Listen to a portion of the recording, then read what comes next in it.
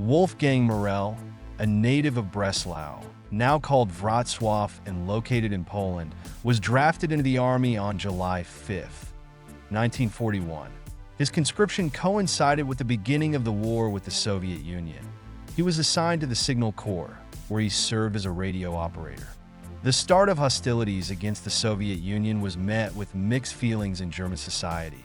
The younger generation, inspired by the rapid victories in Europe, hoped for a quick end to this campaign as well.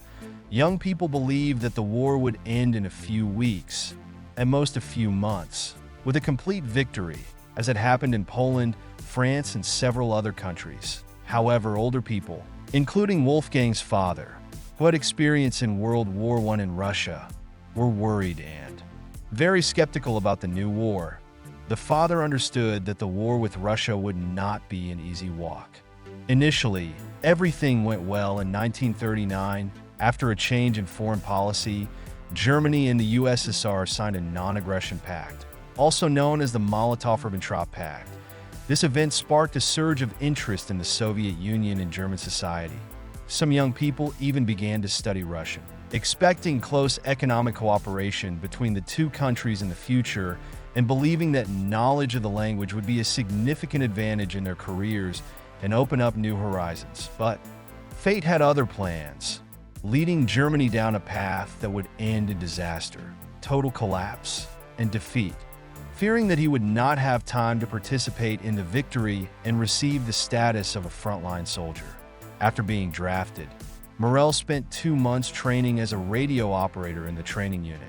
He was trained in receiving and transmitting messages using a key, and he learned to intercept enemy communications in English and Russian. Since knowledge of the enemy's languages was very important in wartime conditions, he had to learn the Russian Morse code, which was not an easy task. If each symbol of the Latin alphabet is coded with 4 more signs, then Cyrillic required 5. This was not easy, but Wolfgang was a capable student. After completing the training course, new recruits arrived, and Wolfgang, as one of the best students who had shown excellent academic results, was kept on as an instructor. However, he was drawn to the front out of purely pragmatic and mercantile considerations.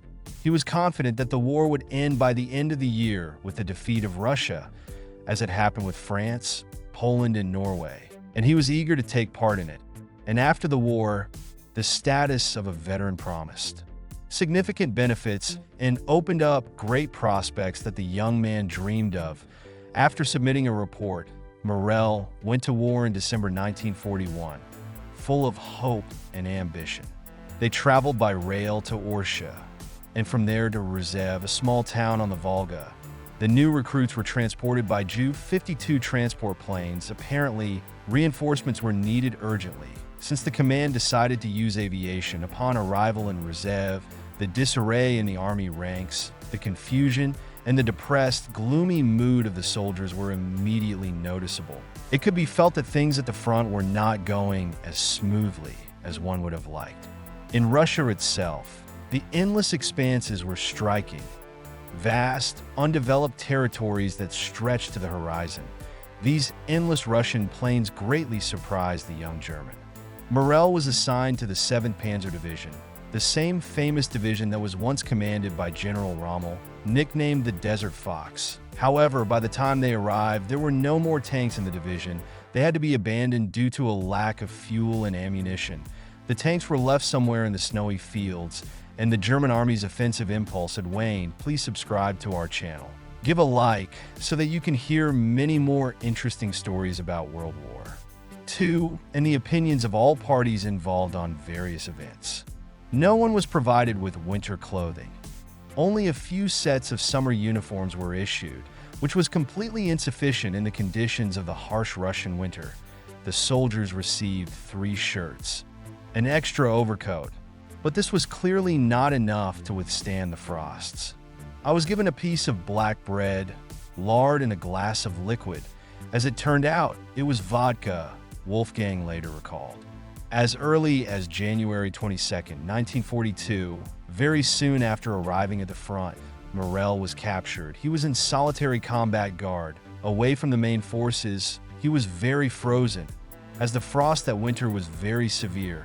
Suddenly, he noticed an approaching group of Soviet soldiers, about 15 people, in winter uniforms on skis, well equipped and prepared for war in winter conditions. Opening fire was pointless, but Wolfgang did not intend to surrender either, fearing for his life.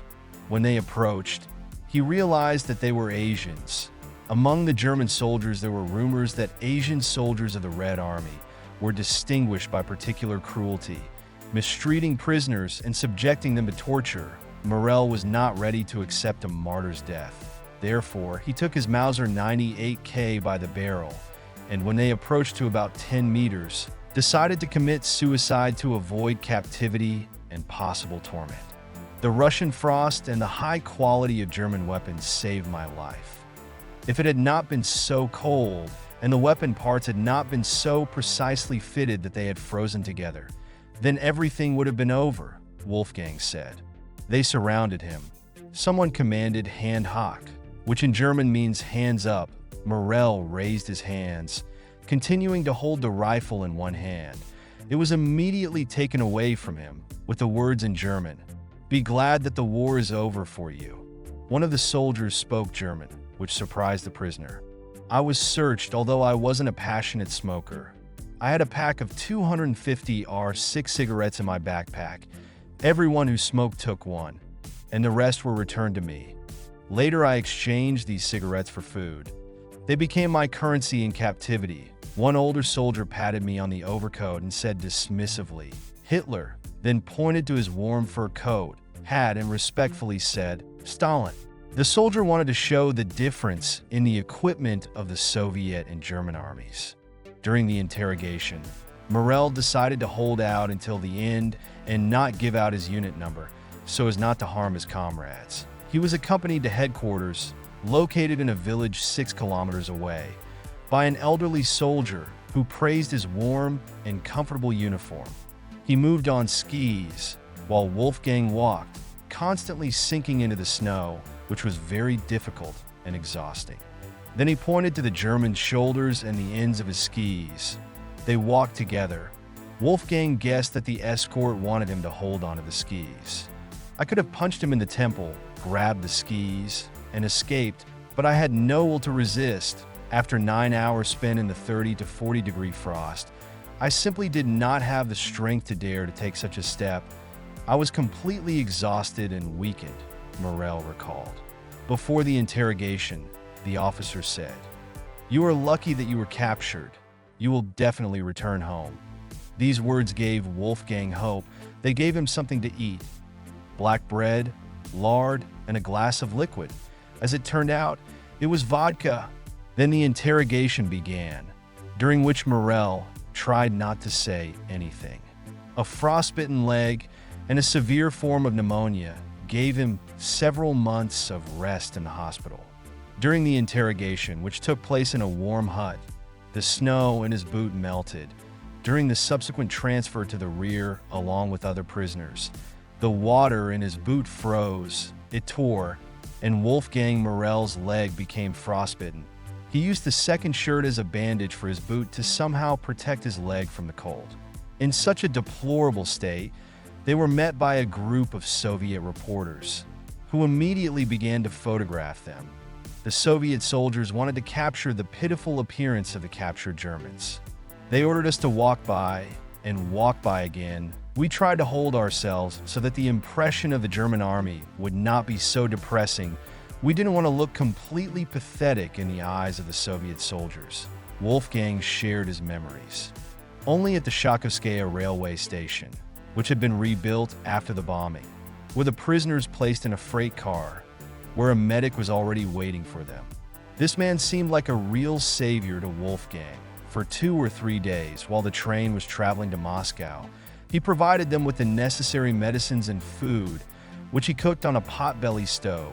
For the Germans, it was a real feast, while their appetites still remained. The hardships they experienced had severely undermined their health, and many were exhausted. Morel developed pneumonia, and he, along with other wounded and sick Germans, was placed in a hospital where wounded and sick Red Army soldiers were also located. It was very surprising and unusual No matter who Wolfgang later asked, he never heard again that captured Germans were placed in a hospital together with Red Army soldiers. Usually they were kept separately.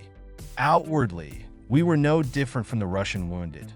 White underwear, a blue robe, and slippers, but they still recognized us as Germans. Only some of our neighbors, whom we soon recognized and avoided, were indignant at such meetings. They could not forgive the Germans for what they had brought to their land. In most cases, the attitude was neutral, Morel recalled.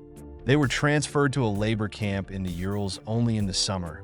After a full recovery, when the prisoners had regained enough strength, after an almost heavenly stay in the infirmary, I realized that I had completely weaned myself from physical labor. Morel notes, it was necessary to get used to it again to restore strength and skills. In 1949, after spending almost 8 years in captivity, he returned home to Germany. Goodbye. I was glad to see you on our channel. Don't forget to leave comments, like, and subscribe to the channel so you don't miss new interesting stories.